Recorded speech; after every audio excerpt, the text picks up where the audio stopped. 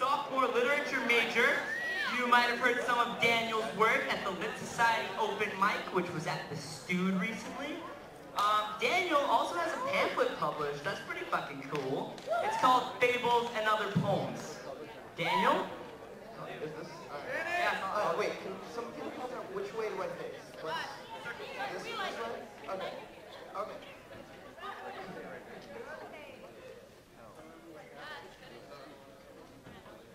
Let's just see how it goes. Vodka and white nights and mosquito-bit noses, cheap smokes and a kiss from an American girl who hums the sound of music as she twirls, an empty kitchen full of cheese and dust, but with hips that ignite my lust. Though I'm sore, sleepless, and writing, it's all nonsense mixed with reality, like the nail-biting of an idle god who cares enough to courtesy flush away the waste of an old life of such. A man, a boy, somewhere in between. Better to let him fester, sight unseen.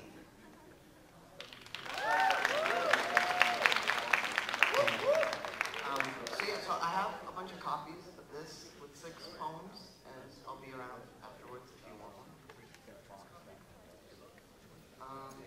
Okay, so that was called Sword. This is called Birch.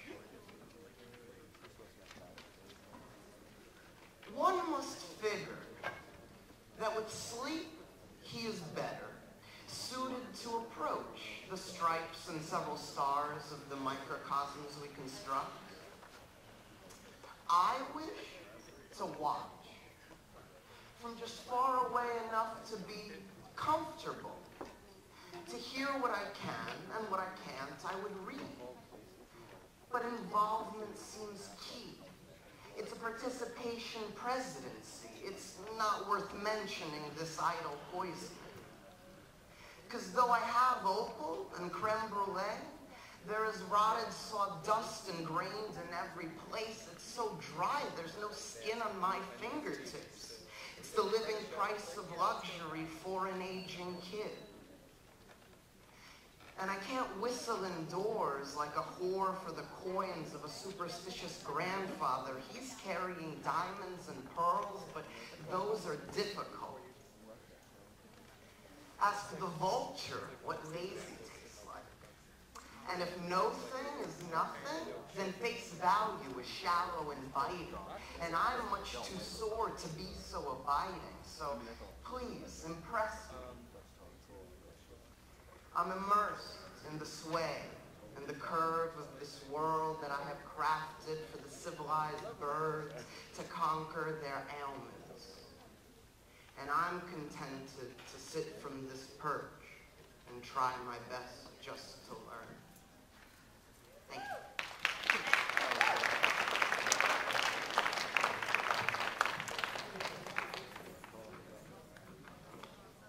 Next I have a short piece called Thorns.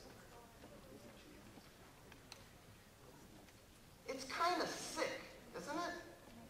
To start to wish, or maybe just envision a fiction of emptiness in my life. Especially when perspective means you in frame of each moment of every day. And as the thorns pull me away into damp woodlands, I split myself and both suck your face and pull the smoke towards my larynx. Or the anesthetic image of your softly severed head against my bending of physics to float a feather with my breath, creating a foggy moon over twisted silhouettes of branches. Let that unmoved mover be impressed. It's all crowned with the glow of Christmas lights and a failed Christmas present. But you know, guilt, it tastes good in the mouth of the recipient. And I'm not used to anything so persistent in terms of my life, and so my terror is silent and justified. Thank you. Woo! Yeah. One more quick one. I figure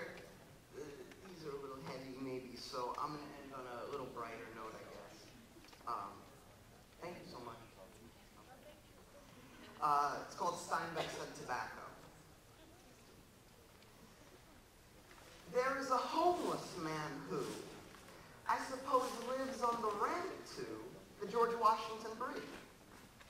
And while I try not to be rude, his name could be deduced to be Catman.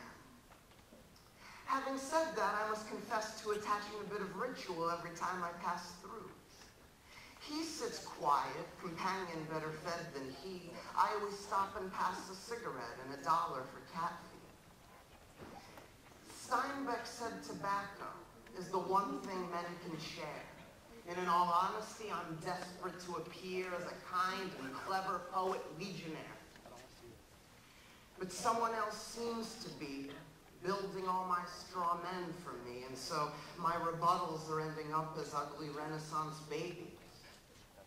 And I hate feeling this helpless, so I donate what I can, and I keep my cell phone on for midnight hysteria. I'm on call for most everyone, or Catman at the least. I think I'll be better with a little rest, and he some fancy